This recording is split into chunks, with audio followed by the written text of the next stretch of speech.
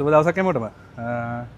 මේ වාහනය ඇවිල්ලා GMC Sierra දැක්කම ඔක්කොම කට්ටියට අඳුර ගන්න පුළුවන් වාහනේ මොකද්ද කියලා. 2014 5.3 එන්ජින් එකේ නේද? මේක ඇවිල්ලා කම්ප්ලේන්ට් එක ඇවිල්ලා කස්ටමර් කිව්වේ එන්ජින් එක හරියම සද්දේ කියලා වල වාහනේ උදේට ස්ටාර්ට් කරපුවාම ඉඳන් මාර විදිහට ඔයිල් ප්‍රෙෂර් එක නැතුවම එන සද්දයක් එනවා කියලා තමයි කිව්වේ. ඉතින් අපි චෙක් කරලා ඩයග්නොස් කරලා බලපුවම මේකේ වෑල් ලිෆ්ටර් එකක් ගිහිල්ලා තිබ්බේ. ඉතින් ගොඩක් කට්ටිය දන්නේ නැහැ මොකද්ද මේ වෑල් ලිෆ්ටර් කියන්නේ මොකද්ද කියලා වරලා. මේක තමයි තියෙන්නේ මේ වෑල් ලිෆ්ටර් එක. ඒ කියන්නේ එන්ජින් එකේ වෑල් ට්‍රේන් එකේ තියෙන ප්‍රධානම යුනිට් දෙකක්, ඒ කියන්නේ කම්පාර්ට්මන්ට් එකක් තමයි මේ තියෙන්නේ. ඔයගොල්ලෝ දැක්කම පේනවා මෙන්න මේ ඇවිල්ලා හොඳ වර්කින් කන්ඩිෂන් එකේ තියෙන වෑල් ලිෆ්ටර් එකක් සහ මේ තියෙන්නේ ඇවිල්ලා ඩැමේජ් වෙච්ච වෑල් ලිෆ්ටර් එක.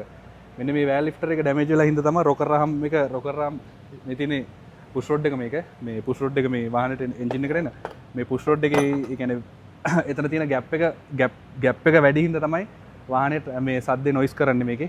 ඔයිල් ප්‍රෙෂර් එක අඩු කේස් එකක් නෙමෙයි මේකේ සද්දය ඇවිල්ලා තිබ්බේ. මෙන්න මේ ප්‍රධාන මෙන්න මේ කම්පාර්ට්මන්ට් එක ඩැමේජ් වෙලා හින්දා. ඉතින් මේ වගේ සද්දයක් එනවා නම් අනිවාර්යෙන් වාහනේ ඔයගොල්ලෝ ඉක්මනට චෙක් කරගන්න ඕනේ. නැත්නම් එහෙම ලොකු හෙවි ලොස් එකක් යන්න ගොඩක් වෙලාවට වෙන්න පුළුවන්. මේක ඩැමේජ් වෙලා පුෂ් රොඩ් එකේම ඩැමේජ් වුණා කියන්නේ එන්ජින් එකේ හෙඩ් එකේ තියෙන වෑල් ඩැමේජ් වෙන්න chances ගොඩක් වැඩි. ඔයගොල්ලෝ ඒ වගේම රිපෙයාර් එක කරනවා නම් අනිවාර්යෙන් මේකේ වෑල් ලිෆ්ටර් ඒ කියන්නේ ඩැමේජ් වෙච්ච පැත්තේ සම්පූර්ණ වෑල් ලිෆ්ටර් ටික අනිවාර්යෙන් මාරු කරන්න. එහෙම නැතුව ඩැමේජ් වෙච්ච එක විතරක් මාරු කරන්න එපා. එහෙම වැඩක ඉතින් හෙඩ් එක ගලවන්න ඕනේ මේකේ වෑල් ලිෆ්ටර් එක මාරු කරන්න ඕන නම් ඉතින් හෙඩ් එක එච්චර ගලවන එක එච්චර ලොකු වැඩක් කරන එකේ අනිවාර්යෙන් මාරු කරගන්න මේ ටිකම.